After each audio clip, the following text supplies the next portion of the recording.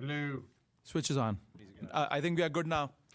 Okay. I would like to call to order the public safety meeting of March 18th, 2024. And with that, can I have a motion to have the approval of the minutes for the meeting of February 20th, 2024? So moved. I second it. All in favor? Aye. Aye. Now the meeting is open to the public, and if there is somebody in the public who wants to come up the podium and comment or ask a question, this is the time to do it now. Do we have any emails, comments through emails, any questions through emails? No. Hearing none, we'll move on to the department updates, and we'll start with fire. Chief Gary. Thank you. You have our slides and executive summaries, but just a couple quick points.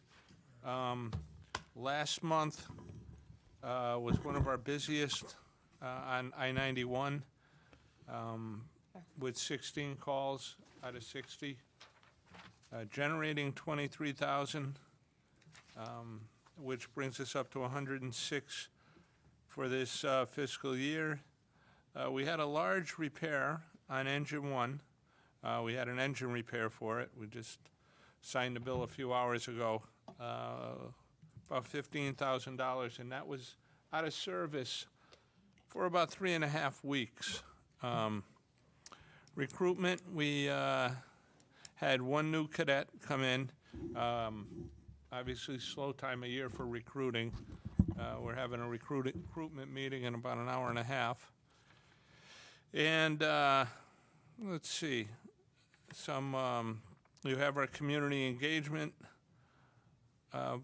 list, and a couple other things from our cancer prevention program. We scheduled and inspected 6 sets of structural fire gear and decontaminated 21 air packs, and that was in addition to that was regular maintenance, decon, and inspection, in addition to the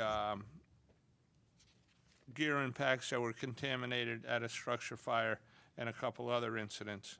I'd also like to report that we completed, we received the equipment and completed the replacement upgrade of the last 2 legacy dispatch transmitters. They were located, one at Station 2, one at the Vets Home. Much appreciation goes out to the police department and dispatcher Chris Campanelli for managing the installation and the subsequent quality control testing to make sure both of them work. And now we have adequate coverage in the west end of town, as well as being on digital now. I also want to mention that the entire $110,000 project was completed at no cost to the town through the Limited Access Highway Fund. And I stand ready for any questions. Yes, thank you. Chief, I don't know if this question is better directed to you or Chief Klett, or maybe it's to both of you, but just zeroing in on the number of incidents on I-91, 16 in the month, I mean, every other day, which is just an awful number. I mean, we appreciate the revenue, but the burden on our department and what's obvious a hazard to the public is just really mind-boggling here. And my question directed to one or both of you is, you know, is this stretch of 91 through our town, is it one of the real hot spots on the interstates in Connecticut? And whether it is or not, can we get resources, or make some overtures for resources, whether it's from the state police, DOT, or whatever, to study that area and, you know, implement some changes to try to calm things down? I'll hit that first, if you don't mind. And yes, it was quite a few last month, Bill. Interesting enough, January was under the average, and March is shaping up to be under the average. But February, there were a couple storm-related incidents there. But you're right, every other day we're out there, to the point where we were doing double calls out there at the same time and calling in help. The state has looked into it, And I don't have all the answers as to why north and southbound in Rocky Hill is such a hot spot. I do know that about 1 out of every 15 limited access highway dollars is coming back to this town. There is also, and I can dig up the answers for the next meeting if you'd like, DOT has been crunching the numbers and might have some information for you to better answer this question. But it's a busy place up there. Chief Clett, any thoughts? I mean, from state Yeah, I police, mean, I just don't see much state police presence there at all. So recently, the governor was in town. I'm not sure if you caught the press conference. It was about 2 or 3 weeks ago, and both between himself and DESP have committed to increasing their traffic safety throughout the state, specifically for these the wrong way drivers is kind of the origin of this push. As far as its impact on the police department, locally, we do not patrol I-91. It is handled by the state police, and we can assist them or respond to something if we're called, but you're not going to see a Rocky Hill police car up on I-91. So the impact on us as a call volume is low. It really affects the fire department, EMS, far more than it does us. Oh, I understand that. I realize the jurisdiction between the town versus the state, but I'm really talking about here is lines of communication with the, with those who have authority here, which would be the state police and the DOT. Yeah, I can say just based on the press conference and what they're citing to do and this increase in, I think the colonel or acting colonel spoke that they acknowledged that the number of traffic stops amongst their organization is a little bit lower than he'd like to see, and they've committed to an increase in directed traffic enforcement with their specialized units. As far as a dialogue, if it's impacting, like I said, more so with the fire and EMS, but it's certainly something we can put together and share a message with the troop commander of Troop H and ask for their attention. Troop H is a pretty long jurisdiction that runs from Middletown all the way up to Enfield and out to the east and west. So you're talking about a big geographical area for them to maintain. But I mean, certainly coming from us as a community, I think our words would have value. Yeah, I mean, I think we should be making noise as a community because, again, I understand that the numbers for that 1 month may be a bit of a spike, but month in, month out, it is a pretty significant number, and it just, again, I don't have a frame of reference for other stretches of the highway because we're just thinking about the Rocky Hill part, but just my sense as a driver, and I think a lot of people would get the sense just what you hear about that, it seems like the volume of accidents on this stretch seems to be excessive compared to others for whatever reason, whether it's an enforcement issue, or it's the engineering or the way the road's laid out. I don't know what it is, and I guess that's why it needs study and some action. But I think some strong requests from our public safety officials in this town to the powers that be would be helpful. So thank you. Understood. Thank you. Any questions, Councilor? Chief Gary, those accidents on 91, are they specific time frame, evenings or during the day, more so than others times? They're all over the place, to be truthful with you. I haven't done the breakdown by hours. We can do that, and I can bring that back. I can tell you that I think we do see the most on rush hour Thursday, Friday afternoons. Okay. But I can think of one long-term accident, jackknife tractor trailer, we were there for about 4 hours. That hit at 7 in the morning. So,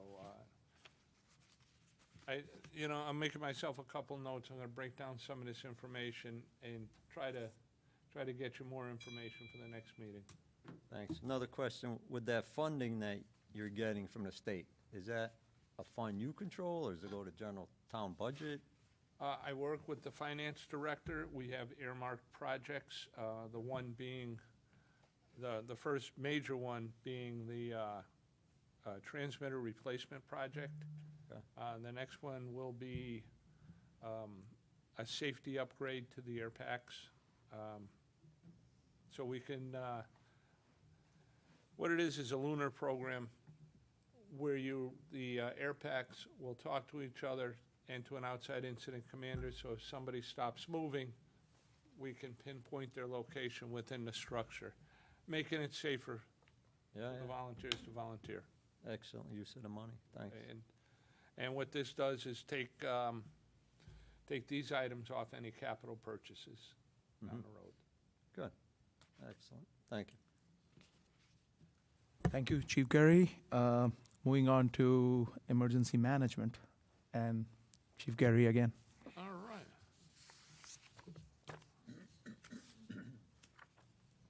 Okay, a couple things to report on emergency management. Again, we prepped and tracked several storms during the month. And as always, we spent time working proactively with the highway department to ensure that the drainage was open. We had a lot of rain, and we did have some snow, and some of that snow was heavy. And also after one of the snowstorms, we had a rain event afterwards. Eversource provides training for storm management whenever there's a big storm coming up, so we're participating in that. And lastly, we continue to outfit the town's new Emergency Operations Center, and this month, the Facilities Department outfitted the area with 4 32-inch smart TVs. So we're up and operational. We can get through it if we have to. We're tweaking it from here. Looking for a smart board if anybody has one. Anybody?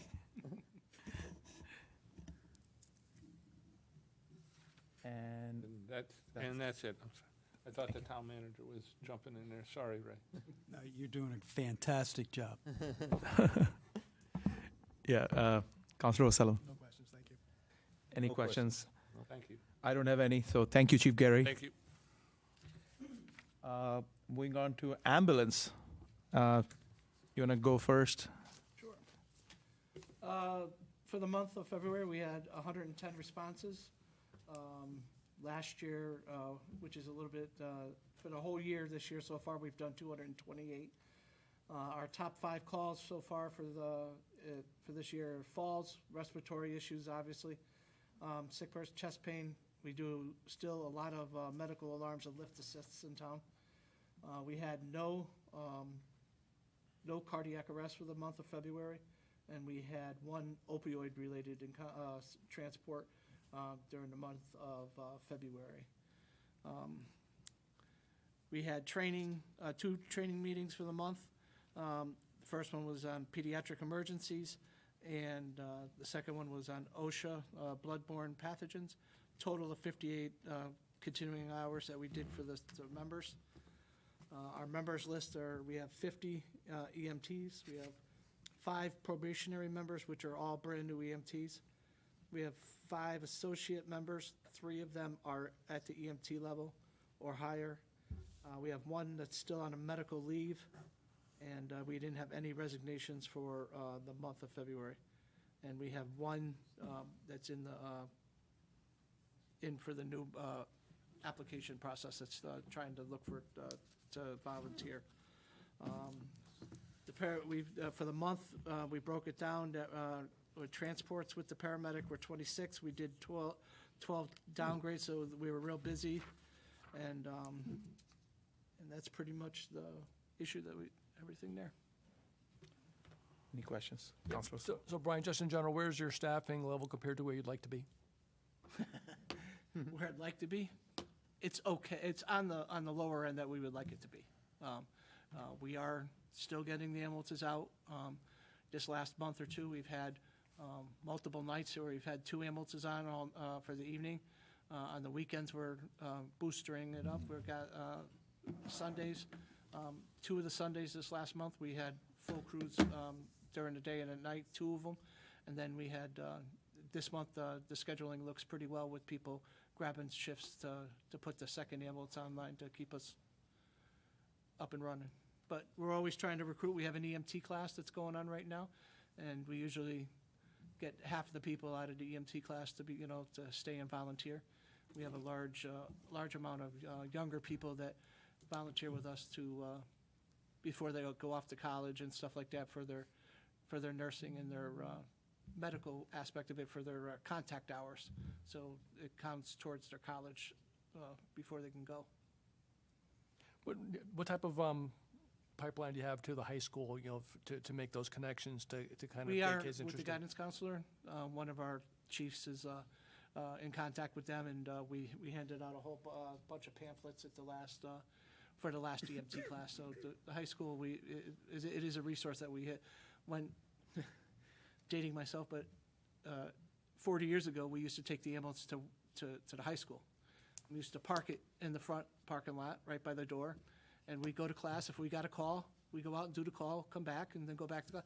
We actually got credit towards graduation. Fire department also, because we were doing it when, it started with the fire department. So then we jumped on afterward, after a couple years, a bunch of the fire kids that were in high school were also EMTs, so we put the ambulance on a couple times during the week, during the daytime with the ambulance. So we have a good relationship with the guidance counselor there. Good to know, thank you. Counselor Whelan? How often you run that EMT course? Every 6 to 8 months. Twice a year. Yeah, we try to, it's a long how long is the A long class? course, yeah. It's 160 hours, so right now we do, it's Monday, Wednesday, Friday, 3 nights a week, 6 to 10, and then there's a couple Saturdays in there that's built in for other training and stuff, but takes a lot. We have to get, we have a bunch of instructors that do the instructing right from our own association, but we do have some people that come in and do some visiting, speaking and stuff, so they can get their hours in for teaching classes also. Now, is that the person going through it, are they paying for this, or is this something that Yeah, you guys do? right. Oh, So our class this time, a normal class is about $1,200, $1,100 to $1,200. Rocky Hill offers the class for $950. Because we don't have to pay our instructors, a lot of them, Right. because we can do it a little bit cheaper. If you stay and ride with us for a year Mm-hmm. after you get your EMT, we reimburse the student their money back Nice, as a, kind of to lure them in to stay for a little while, you know what I yeah, mean?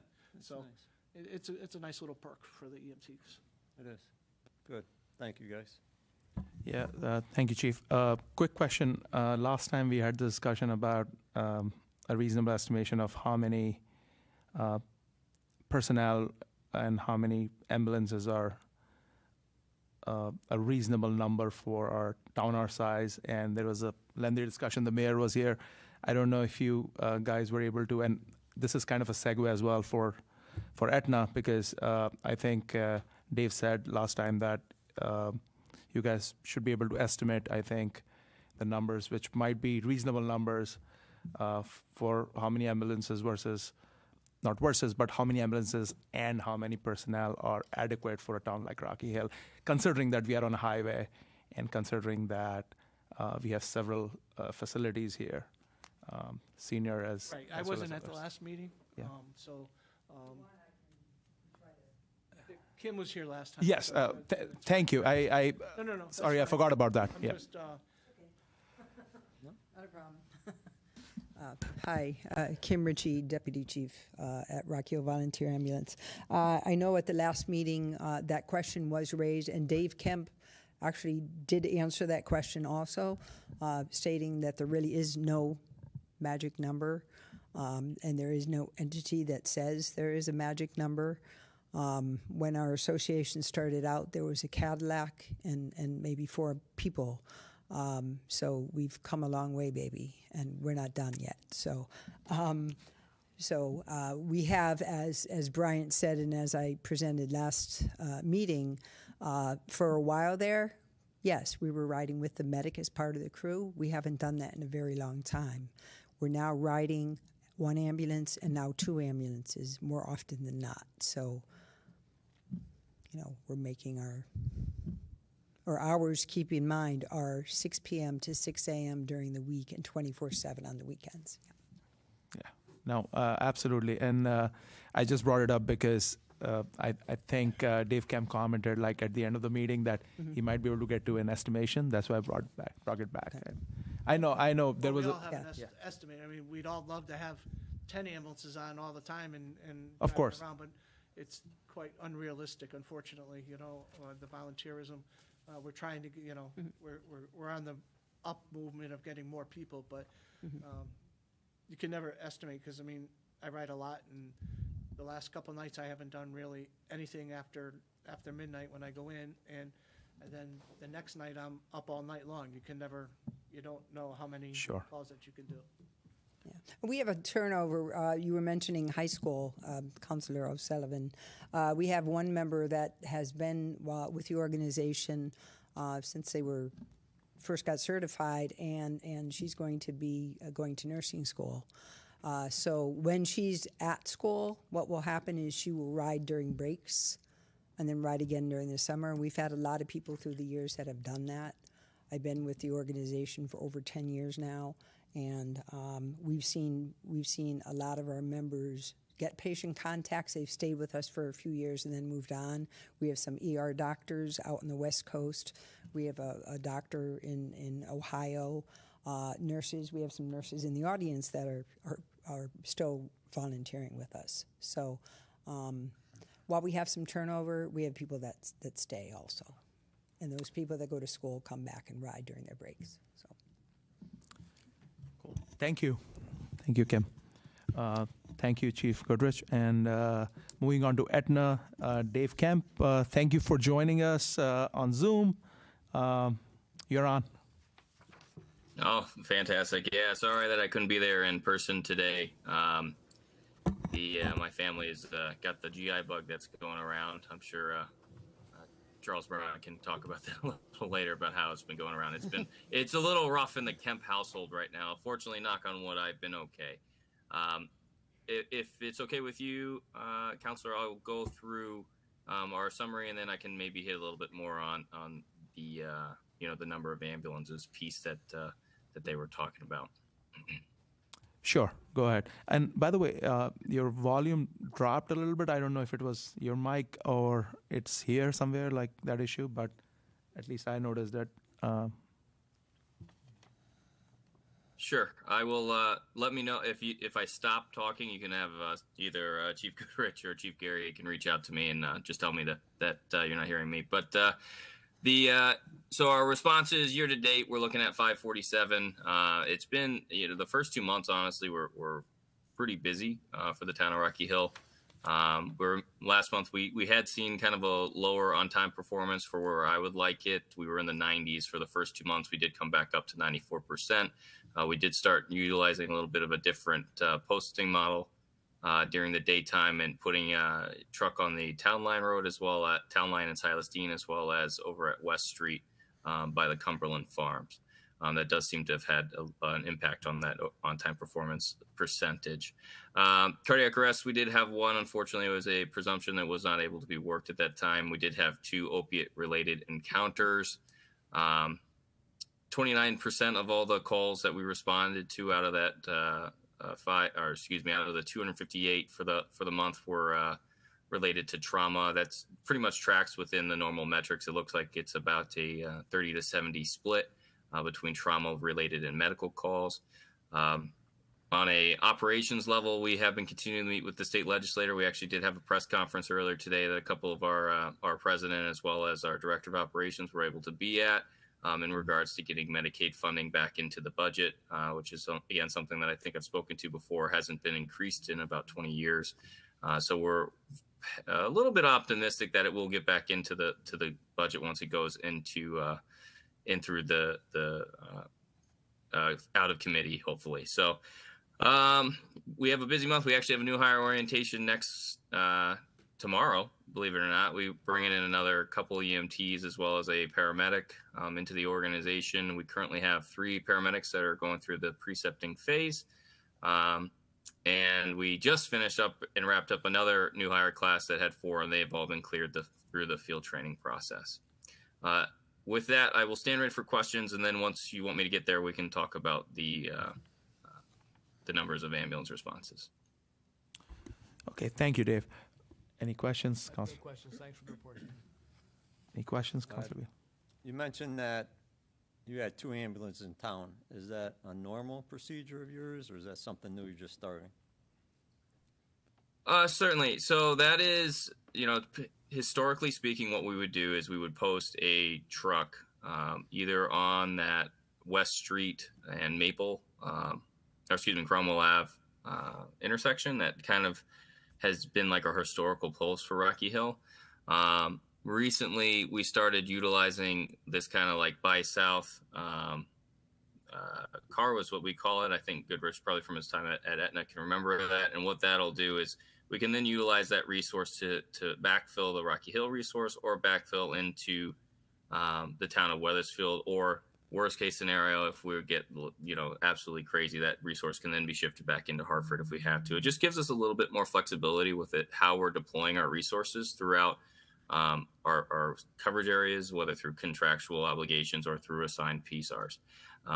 So it's a little bit of a newer thing that we tried in the last couple of weeks just to see how it would do and see if that really impacted our on-time performance and our response capability. So, but for the most part, what would happen is that one would be posted.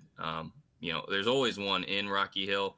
As soon as a call goes out, that resource is then replenished. And usually what we'll do is we'll use the Silas-Dean Highway kind of as our thoroughfare, or 91, and we'll bring the truck that is in Weathersfield up to Rocky Hill and move a truck that's in Hartford into Weathersfield and vice versa. That's kind of how we move our ponds through system status management to make sure that, each area is covered for a 911. If that answers your question, Councilor Whalen. It does. Do you cover the town of Weathersfield also? Or do you not? Yes, currently, and it is, and then we also cover the city of Hartford. So do you move the Rocky Hill ambulance to Weathersfield if that one's being utilized? So what we will do is, if we need to, we will utilize the truck from Rocky Hill into Weathersfield. It kind of provides its own mutual aid upon itself. In situations, and it's very rare, and you can see it through the numbers as far as responses from ASM, if we did not have a resource available, we would, and say like there are 3 calls in Rocky Hill, 3 calls in Weathersfield, and 10 calls in Hartford, and it's just a surge, we would go ahead and have our sister company post somebody in either the town of Rocky Hill or on the town line road. Those instances are very short and tend to be resolved very quickly. And one of the benefits of having like the level 1 trauma centers that are within the city of Hartford, we're able to reallocate resources very quickly to be able to put them back out into the community so that there's no gaps in care. Thank you. Thank you, Dave. Quick follow-up on, I think you wanted to talk a little bit about the estimation piece. I think, is that correct? Yeah, and so I kind of started to piece apart, or peel apart those numbers. So in general, there's not more than, if you wanted to really capture 90% of the call volume, and if you thought about this, you'd be looking at somewhere around 2.5 ambulances. But as Chief Goodrich alluded to, there's not a way to predict, when those calls are going to come. And sometimes that happens at 2 a.m, and sometimes that happens at 3 or 4 in the morning or in the afternoon. It really is variable. Now, there are certainly like peak times, and you look at those times from like a, 10 o'clock all the way up into like 6 or 7 o'clock in the evening. That's certainly, we anticipate a little bit more volume, but it doesn't always like to play by the rules. It plays kind of by this, what is the EMS, gods, quote unquote, want to do today. But it looks like, for the most part, utilizing 2.5 units or so is kind of going to cover all of that. But one of the benefits that we have with having the relationship with Rocky Hill, as well as, our resources and our shared resources with the Ambulance Service Manchester, is that we're able to really, mobilize those resources to make sure that, you're getting, when somebody calls 911, they're getting a response and it's happening within a reasonable amount of time. And I think that's really how these conversations from a larger level should be talking about, is like, what is the performance basis that you're looking for? And if that is, hey, we want to have, 4 ambulances respond within X criteria, just to put a number out there, within 10 minutes, if there's 4 consecutive 911s, I want that. Well, then let's, we got to figure out how to do that. And that may not always be feasible. But those are the types of conversations I have. It's not always about having, the dedicated resources, because sometimes that's not always going to be the most efficient. But I do really, we have noticed that the Rocky Hill Volunteer Ambulance Association has had periods now where they're having that second truck on, which is nice because it allows for the resources to kind of be shared. If there's a second paramedic, we can always shift the second paramedic up to go with that other ambulance as needed. So I hope that, I know that doesn't give you like a concrete answer on that, but that's kind of the long and the short of it. I mean, I think at the end of the day, if we all had, 10 ambulances, that would be great. That were solely dedicated on the town to be ready for that mass casualty incident. Unfortunately, that's not very feasible and not very cost effective for that to be deployed. Yeah, that makes a lot of sense to me. But I think the idea of having a framework, though, like a paradigm, like you're saying, I like that kind of a construct, right? Which is essentially, if you want to hit a certain number. So I look at your numbers and they're like around 94%. I don't know what the number is for Rock Hill Volunteers because I think we do look at the cold and the hard numbers. But I think Aetna gives us that number 94% on time performance. You might have a number yourself, Chief Goodrich. I think I'm sure you have some calculation of that somewhere, right? Something that is similar to, or maybe the same metric, right? On performance percentage, right? And so maybe if you're shooting, the question to ask is probably, do you know that? The response times for our hot response calls were under the time limit at 6 minutes and 46 seconds, and for our hot responses, we're under. For cold, we're at 8 minutes, and that's usually 12 minutes to 15 minutes, depending on each town. Absolutely. So we're definitely within our time frames to make the calls. We haven't had any issues with our response times because we used to be when the volunteers were on duty, we were able to go home. Right. We used to have pagers, and then we'd have to go. We had members all the way on the west end of town. So the medical call would be out in the west end of town. You drive by the medical call to go down to get the ambulance, and then drive all the way back out to the west. So this was maybe 10 or 12 years ago. The state came down and said to us when we were through CMed that it looked like our times were exceeding in some calls. Mm. So we had made a policy, and so now when you're on duty, you're at the ambulance building. So, Okay. So if a call comes in, you get up, you answer the radio, you walk right out to the truck, and we're off and running. So, No, absolutely. So this is in context of, I do see those numbers of the hot and cold numbers, like you report them every month. I totally get that. What I was getting at was that number, like whatever that number, acceptable number is, because they report 94. Maybe that is an acceptable number, 94, 95% within the range, like you look for, that 6-7 minute range, right?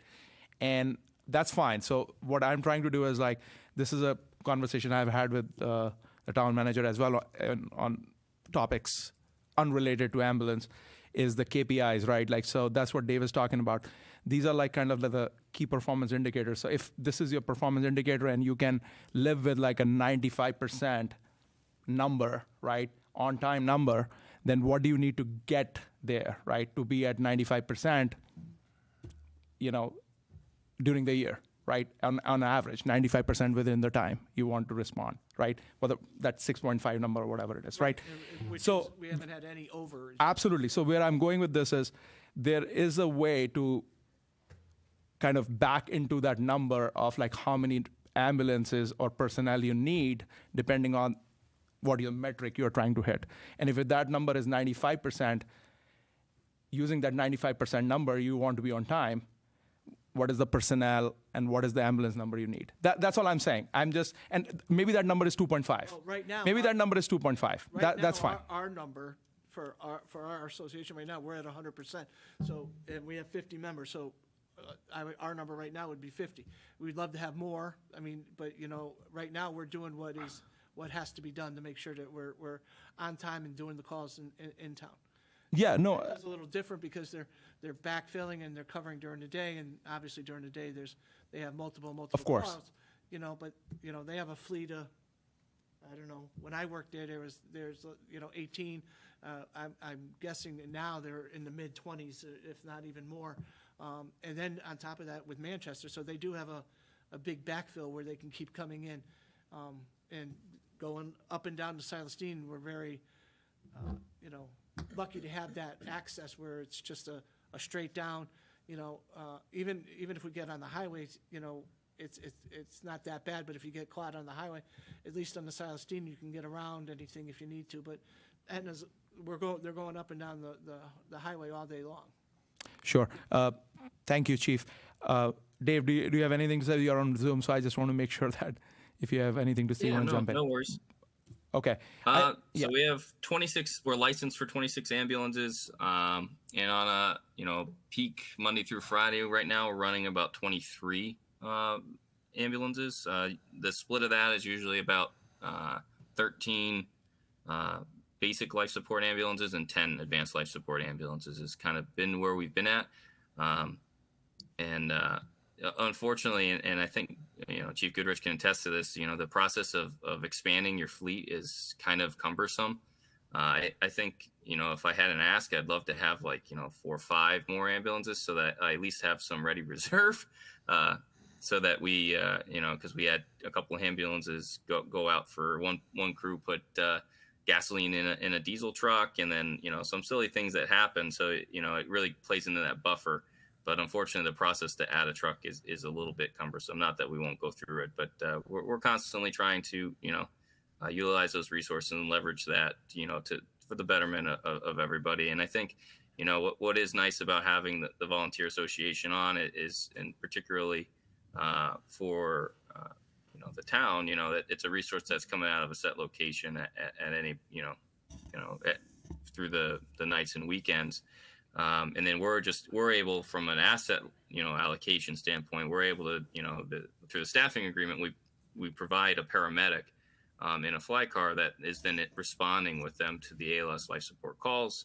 And then if, that goes out, then we just go ahead and, as Chief Goodrich described, we'll go ahead and start moving the resources so that, while the Rocky Hill truck is out doing a call, that the town is still covered, and that if, another 911 comes in, people are still getting access to the emergency care that they need. Sure. But I would say is, and I'm kind of just looking at the numbers more, looking at that, 2.5 would probably get you, you wouldn't miss 90% of the calls. But again, as we've kind of alluded to, it's kind of tough to really genuinely, nail that down, particularly with the, having Interstate 91. I know there's been multiple patient transports out of some of those incidents. I mean, we've been fortunate in the recent history. I don't think any of them have been major, but it still poses a substantial, resource that we might have to, dump into. And that's what we, are happy to do that. And we're happy to do that in tandem with Rocky Hill. All right. Thank you so much, Dave. And with that, I just have one question. Hey, Dave, can Yes. you explain the 911 unit responses within 1 hour? What does that mean? Yeah. Yes. So what that is those are simultaneous units that are going at the same time. So as Chief Goodrich was alluding to earlier, sometimes the town of Rocky Hill, particularly, we find this to happen around shift change at some of the skilled nursing facilities as they go around, and they're like, oh goodness, we need more than one ambulance. So what this is really getting at, it's basically saying how many times Aetna is putting in more than one ambulance into the town within 1 hour, one ambulance or one paramedic unit within 1 hour's time. It has gone up, I think, as high as I think I just labeled it as 5+, but it was 6 was earlier in January when things were really kicking off. But overall, that's what that metric is trying to look at, is trying to get an idea of how often Aetna is responding and sending units into the town so that we can kind of get a better idea of what's really needed. If you were going to say, hey, this is how many trucks that the town needs, to give us some idea for that. yeah. Sorry, go ahead. No, go ahead. No, I thought that was a good metric, actually. That's a good call out. I think that shows you the stress on the system, if there is one. I don't know, maybe we should track that, if that is of interest to you, Ray. I think that's a good metric, though. Like, I think it just goes into that idea of the stress testing of it, right, essentially. So I don't know. I mean, it's an open question. I don't know if we can revisit it later. I don't want to take the whole meeting on this, but I think it's a good metric, I think. So you mean a similar chart for the volunteers, the first, second, and third unit response? Yeah, I Yeah, think that's a it good is. one. What do you think, Chief Goodrich? Yeah, I mean, Okay. Yeah, I don't really know what that means. I sit there and I always chomp at the bit, like I want to say something, I'm sorry. Yeah, because I think there is interest in that, so I don't want to. A lot of these calls, and Dave, you can chime in also, a lot of these repeat calls that we have sometimes are, as both Dave and Bryant Goodrich mentioned, are falls or lift assists. And that, a lot of the skilled nursing facilities or assisted living facilities, their staff is not allowed to pick up the patients. They have to, they're supposed to leave them where they are. Sometimes that's not the case, but yes. So a lot of the times it's just a lift assist. It's not necessarily a transport. I don't know if Aetna charges for that or not, but that's something that I know we as volunteers, we do a lot of lift assists, and we don't do patient transfers per se between facilities. But when I listen to the radio at home, I have a radio in my pocket for future use this evening. But you're gonna if you have a radio or if you monitor the radio, you're gonna hear that when we have a lot of these calls. Oftentimes, the volunteers are at a facility, and then there's an Aetna unit at the same facility dealing with two different people. Both have fallen, or one may be a transport. So are you saying, Kim, that's what causes it? Well, I think that's a big part of it. I know we mentioned a long time ago that our population in Rocky Hill, as well as the nation, is aging, and we have an inordinate number of skilled nursing facilities, assisted living facilities, and age-restricted housing in town. And because of such, the population stereotypically, if you're older, you're more susceptible to falls. So, Sure, I think Get that, we yeah. will take it offline, and I will just Yeah. consult my Yeah. committee members here, and if we need anything more on that, I'll get back to you. But I think this is great information. Okay. Thank you, Dave. Thank you, Chief Goodrich. Thank you, Kim. Any other questions? I don't think so. Moving on to police. Chief Klatt. Good evening. For the month of February, 2,936 calls with 12 criminal arrests. There were zero DUI arrests this month, but I'm happy to announce that we are now participating in a state grant. It's a dollar-to-dollar match that began last month. I'll have some more information in March's slide for you, but approximately $25,000. Try to break that down for a number of shifts, but we hopefully will see that to be successful for us. I do believe we already had one arrest on that grant previously, but I'll get you some more details for the next meeting. Very happy to announce in regards to our hiring process, we have, through Dana's office, have extended a formal offer of employment to a certified officer. Just waiting to finalize those plans and bringing him on board, scheduled for April 1st. We currently, as of today, actually just got an update on the background on our public safety dispatcher. He has successfully passed all phases of that exam. And we will be formulating with Dana again to get that formal offer out there and get him on board.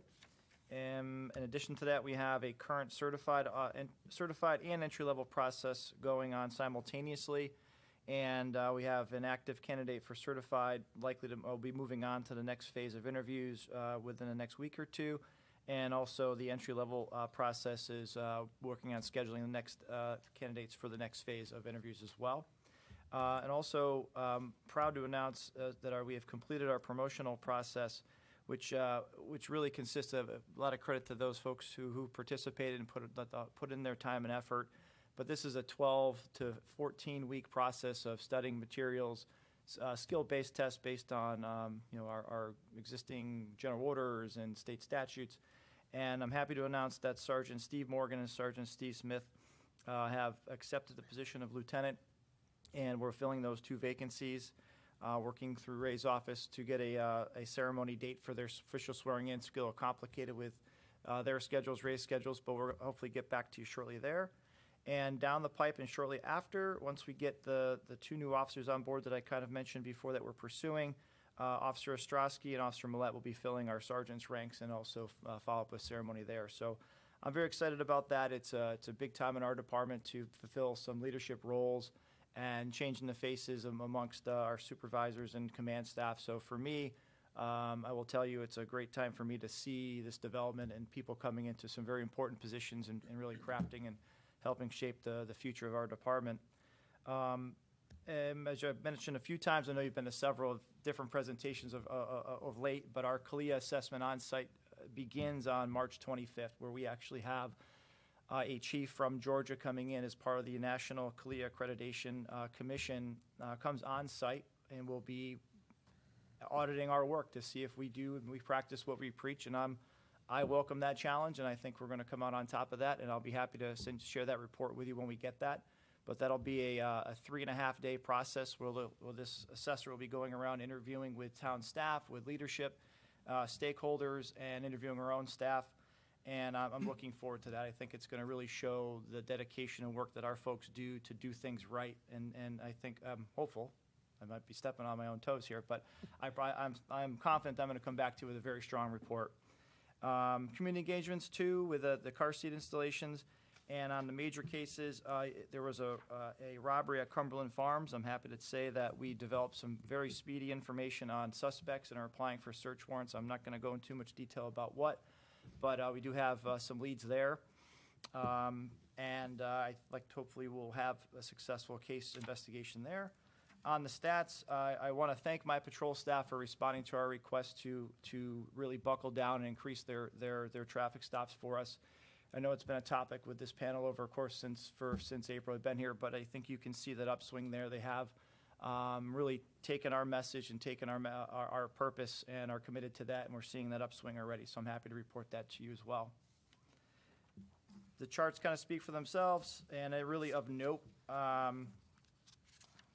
in the end, we are scheduled for on March 30th for the Escape Alive Survival Series. It's a free self-defense training class for women and girls over 12.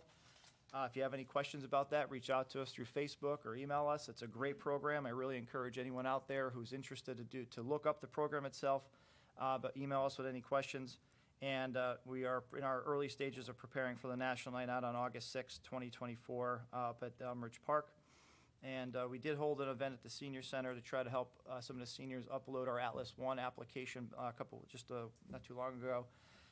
Had a very busy lunch. It was a very busy session to the extent that we actually plan to go back and keep trying to push that out as well. So it was a lot of folks got it downloaded. Should be able to get you metrics on how many new users we have, but we're going to continue that program as we go forward. Excellent. Thank you, Chief Flett. Any questions, Councilor Sullivan? Yeah, just a couple of questions on staffing, Chief. So what is 100% headcount for the department as budgeted? We're budgeted for 43 sworn. Okay, and that includes all divisions that patrol? Within the budget, we have 43 sworn police officer positions. That's not counting for your 9 dispatchers, your 3 civilian clerk staff, and I'm missing some, and our animal control officer positions. Okay. So 43 would be patrol and investigation? That's the soup to nuts. That's top to bottom. Okay. And of the 43, and how many are filled right now? So right now we are 6 short. One of which, 2 of which were created by retirements. We had 2 resignations last month leaving for other departments. But happy to say where we at with the status of our hiring process that we should be canceling off 2 to 3 of those here in a really quick short order and working tirelessly. We're going to focus our efforts on entry-level positions, which are going to take some time to get them through the academy, but I'm committed to bringing in some new folks. We have a active list of entry-level we got 30 applications, and right now with the second wave, if we move into the next phase of hiring, there are 22 active candidates right now that we can lean on after the phase that we're in now. So we go through the first third, see what we get out of that between interviews and backgrounds, and then we'll move on. So that list will take us a few months to get through, but right now we have another 22 on standby for consideration. So I mean, short 6 out of 43, that strikes me as substantial.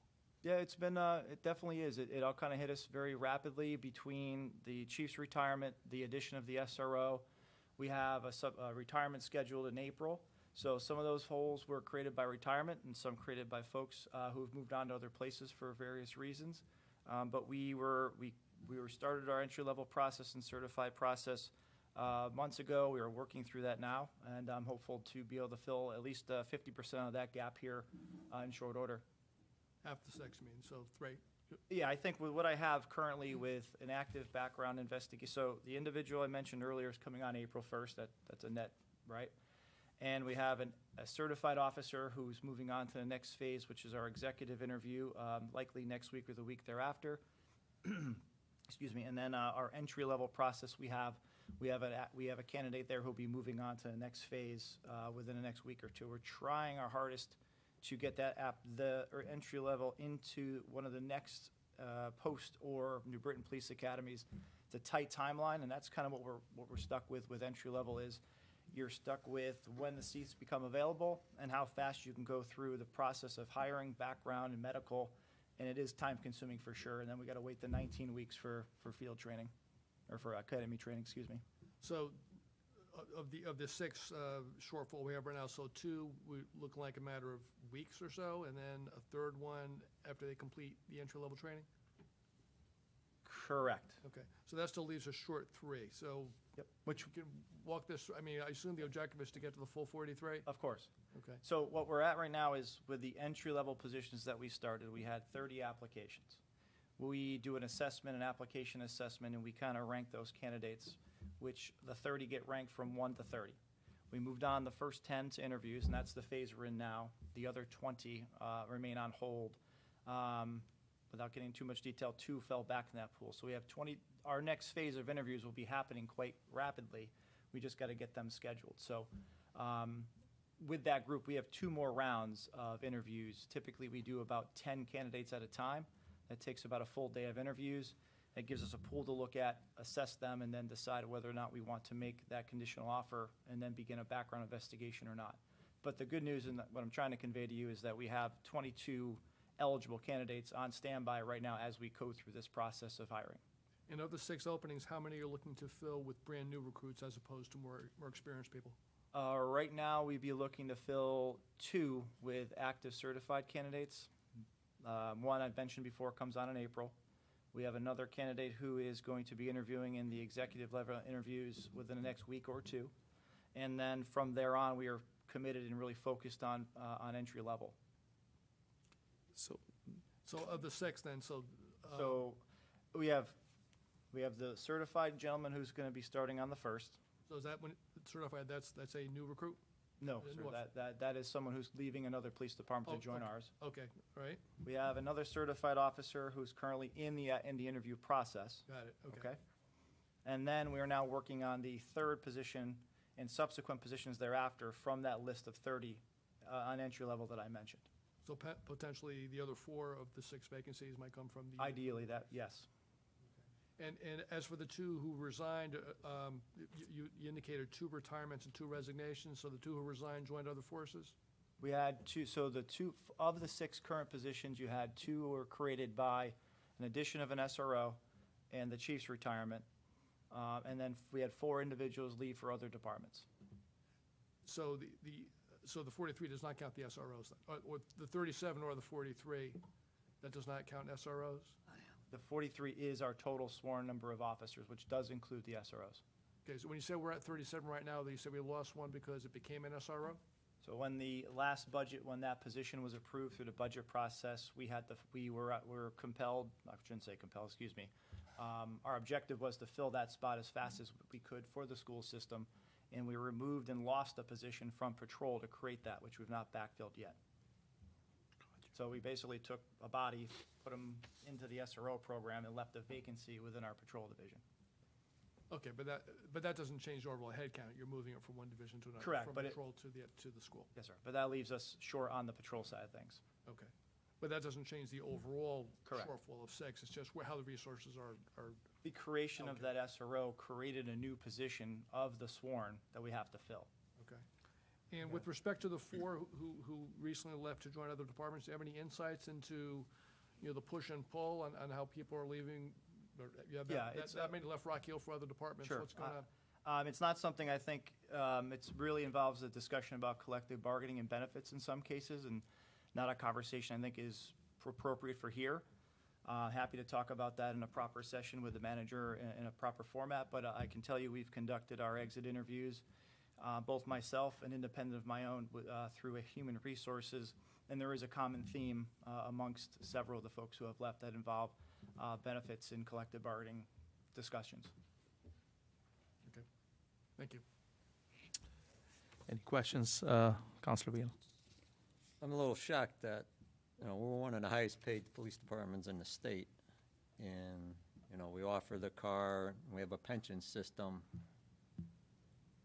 I know it's a collective bargaining thing, but it seems like we're really well paid in benefits here in our department. Yeah, and again, I don't think this is the proper format to discuss the benefits that are coming up. Of the interviews that I've conducted, there's a theme amongst them, and many of them, if not all of them, I'd say close to 90% of what's being described to me deals with benefits related to both our contract and the pension system, for which I'm, again, happy to share those conversations with you in the proper context, and I know Dana has taken her own independent notes in mind that can corroborate what I'm saying, Or but it I may don't not, think this is yeah. the right place to talk about benefits Yeah, and may or collective may not. bargaining right now. All right, I'd like to just pursue that, because I think we have a great Yeah, package I'm for our happy officers. to share my input. I just don't think this is the format. Understood. Yeah. Understood. That's good. Just bringing Yeah, it up. so for the town manager here, right, so I think to Councilor Whelan's point and Chief Klett's point, I think we should, probably should have an executive session on this, if possible. If not, any other format you deem fit, because clearly there is a conversation to be had, and this committee and the members here have an interest in knowing more about it. So Well, yeah. whatever, we can take it offline, Ray, and but I just want to make sure it's obvious to me that there is interest here, and people want to talk more about this on this committee, and Chief Klett is happy to oblige if Up to a in the certain right point. Up to a format. certain point. We'll do that, sure. Yeah. We can look at that. Thank you, Chief Klett. Absolutely. Another question, congratulations on your promotions. Thank you. You got a great resource behind you to mold the legacy of you in the next probably 10 years with our leaders, so I appreciate that. Thanks for the increased motor vehicle enforcement. I saw we still get quite a few calls about traveling too fast or speeding complaints. At least I get some calls on that, so I don't know if you could pass that along to your lieutenant for patrol, if that could be Yeah, enforced a little more. we're currently on currently visiting Brook Street, so if you live in the area, you'll see us down Good. there. We just That's left Forest one of Street the here. ones I've been getting calls on. So we're doing some, we got some complaints about speeding buses and other cars, so we've been addressing that. Just left Forest Street, both for a week visit. We left it, went back to it again, trying to follow up and reinforce our presence there. So I think with the new patrol commander, that's a conversation. Again, today was the first day, so give me a little bit of time. But certainly, I've already really conveyed that importance that we need to make sure that we're visible in those spots. I drove by, and credit to the day shift just this weekend. I was coming through town, and they were out running laser by the car wash. So I know they're Great. making an increased effort for you, and I appreciate that as well. Appreciate what they're doing for us. Thanks, that's great news. I had forwarded in January some information for some data from your department through the town manager. Is that still forthcoming? Do you know?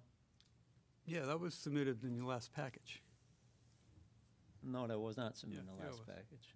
I asked for a chart or a graph of individual Well, performance of the that's not data. gonna be in your chart. What we gave you was a set of numbers. Let me pull it up. I was looking for individual shifts and individual breakdown of the patrol functions. Yeah.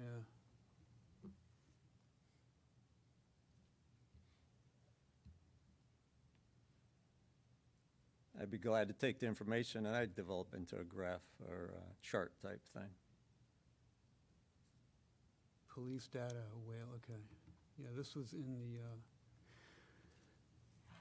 Did you see the this was in the information I had package. forwarded? This was in the package, and it had the The number of criminal investigations, criminal arrests, incident investigations, DUIs. Not what I asked for, town manager. Pardon me? That's not what I asked for. I know, but the information you asked for is too detailed, and it, you know, we can give you generalizations, but we're not going to break it down by individuals. We can't do that. Why is that? It's freedom of Because information. it's not public information, and it's more administrative information. And we don't talk about how individuals perform at a public meeting. Yeah, I'll follow up on that with the Freedom of Information Act, because I have the exemptions here, and that does not fit within the exemption. All right, we can talk about it. Thank you. Yeah, I think we can take this topic definitely offline and see like how we can work this together, work it out together. There's a possibility of getting the information with the constraints that town manager wants to apply on certain, norms or procedures or, whatever regulations or, general guidelines he wants to follow, I should say. But at the same time, I think to the extent that the councilors want to see the information for the purpose of having the right information for this committee, I think I will support that to that extent. But I think this is, again, like, talking about the right forum, talking about the right avenue for this information. I think we should be able to work that out.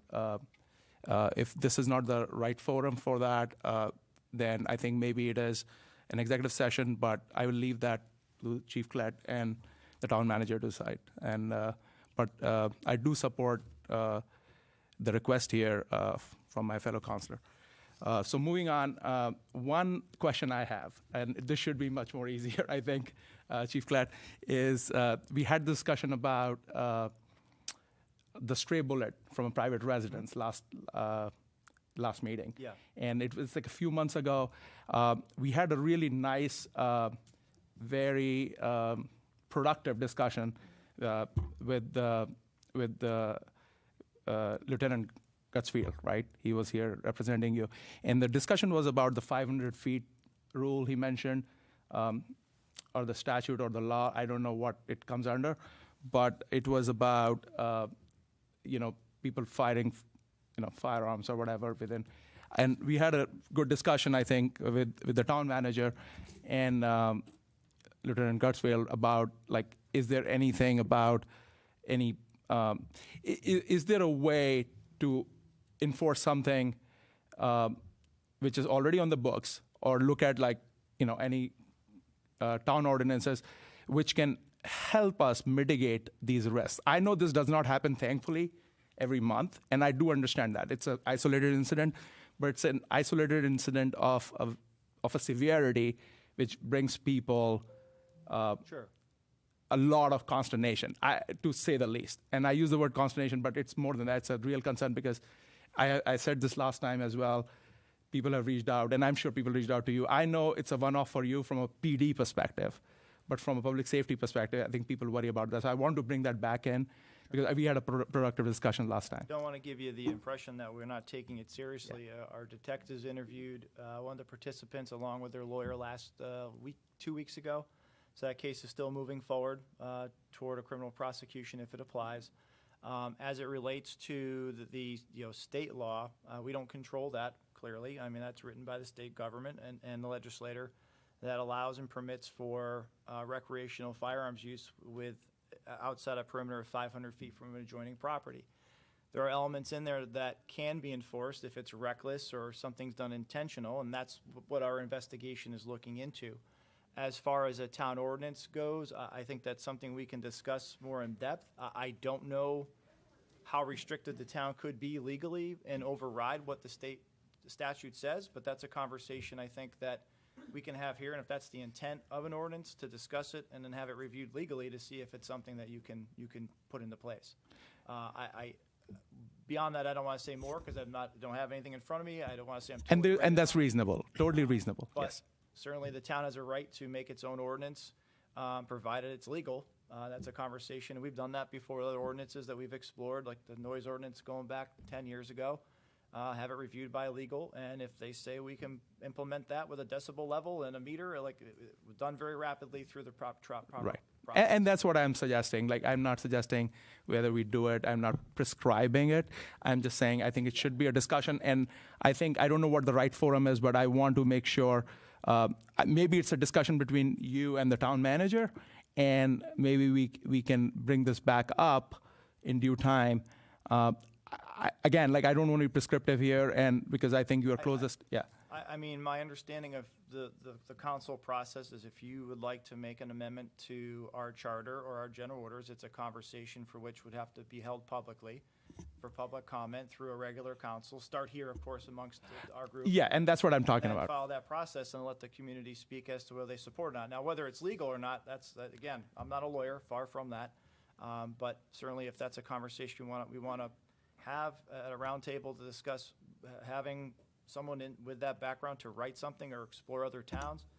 Again, we enforce the laws and our ordinances. If that's what the town wants, there's an old saying, you get the policing that you ask for, and if policing you what you want. And if that's what the town wants, then, this is the proper context for that. As well. Yeah, and that's what I meant, Chief, because I know, like, there's a proper process for it, for the hearing side of things and things, Yeah. but the conversation has to start here. And I think the most,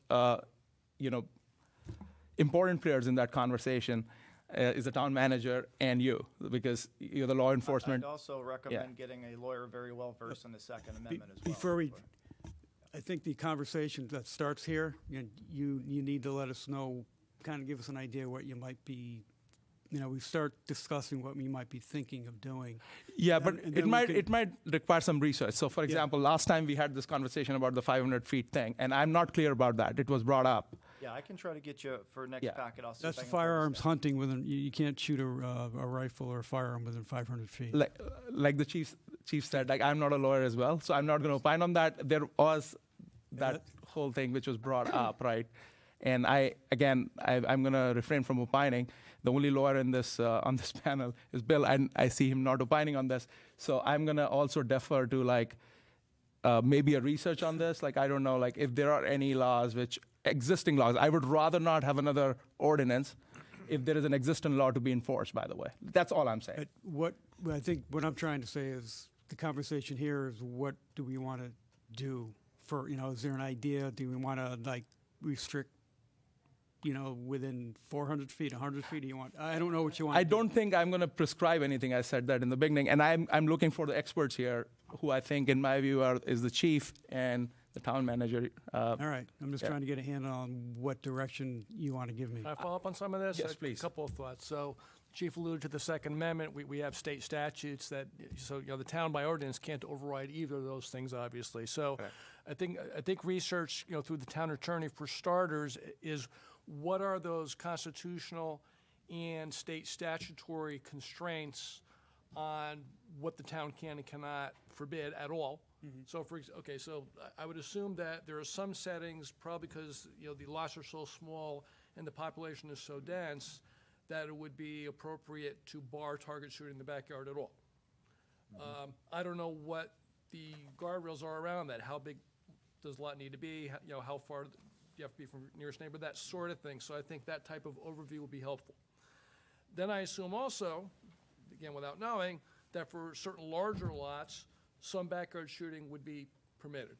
And again, so we need to know, under what circumstances, whether it's the Second Amendment, whether it's state statute, where the town cannot forbid backyard shooting. But even there, what type of safety constraints can we put around that? I assume that you can't just put a tin can on top of your fence and shoot at it, even at the 500-foot thing. So, the 500-foot minimum distance. So, but what type of safety constraints would be appropriate in the industry? The height of the barrier, what is the barrier made out of? How wide does it need to be? Those sort of things. So if you're going to say shooting's allowed as long as you're 500 feet from your nearest neighbor, and I don't know the shot that we're talking about, maybe they were outside the 500 feet, but the bullet still carried. Under that circumstance, how could this have been prevented? I'm not looking at it so much from a prosecution standpoint, is how can we make this activity, if it has to be legal, how can we make it safe? So again, what type of barrier, height, width, depth, materials, what type of setup you need, that sort of thing. That's the sort of information I think would be useful. You got all that? Yep. Yeah, I mean, that's what I was looking for. Like, thank you, Bill, for that direction. Thank you. Thank you, Chief Flat. Moving on, last item on the departmental updates, Health District. Charlie, you're on. Thank you for waiting, and I know you've been waiting for a while, but we have a very productive, healthy discussion here, so hopefully it was informative for you as well. Well, speaking of healthy discussions, that's where I come in. No pun intended, right? Yes, indeed. So, our influenza-like illnesses at this point, I think, are one of the biggest things to talk about. We're actually seeing quite a bit here. In the middle of March, we're actually seeing more than what we have over our 5-year average and over last year's average. So there's a lot of respiratory viruses that have been that are out circulating within the communities. So that's something to, once again, take your precautions, assure that you're washing your hands very well, covering your cough, staying home if you're sick. All those basic precautions are very important. Over the last, 3 months, we've been above our average for, respiratory viruses as a whole. So it is something that we are watching quite closely. As Dave said, gastrointestinal issues as well is something that we're seeing a spike in. We've seen a spike last week that actually was up 22%. This week, we've actually got data in today that showed a pretty distinctive, decline from that little spike. But there is quite a bit of gastro illness out there. So assuring that you're washing your hands, well, especially if you're handling food. That can be very important, especially if you're in a household where you see a gastro illness. Taking those precautions because it only takes a very, very small amount of norovirus or any of those foodborne illnesses to really transmit from one person to another. Last thing that I want to bring up is measles as a whole. So you may have seen in the news that there's been a large number of cases nationwide with respect to measles. It's above and beyond what we would expect in a normal year, and we're only in our 3rd month of the year. CDC at the national level has sent out today a health alert notice to be able to get more information and assure that people are testing appropriately. One thing that we at CCHD are going to be doing is contacting our school nurses in all of our district towns to really talk about, to assure that the vaccination rates for the children in school are really what they should be. And if there's anything that we can do to be able to assist in catching people up, for example, if they, were a little behind schedule. One thing I did want to touch on from the conversation that you had earlier with respect to the ambulance and the falls and lift assist, CCHD, our health educators, and our clinical health services folks are actually going to be conducting some fall prevention training. Our senior centers within the district have done what they call matter of balance training that allows people to really use their balance more effectively, especially as they age, to assist in keeping them from falling. We know, especially with the elderly population, that falls can really be the beginning of a downward trend in their health. So doing everything that we can to be able to train folks to be able to keep them from falling, and having the ambulance folks to have to come out there and assist them with a lift is something that we're looking into as well. That's my story, and I'm sticking to it. Thank you, Charlie. Any questions, Councilor? None here. Thanks, John. Any questions, Councilor Wheeler? Thank you. All right, if that's not the case, then thank you, Charlie, for the report, and see you next time. Moving Yep. on to old business, which I don't think we have any of. Any new business? I don't see any on the agenda. There's no other business, so I will entertain a motion for adjournment. So moved. Second? All in favor? Aye. Aye.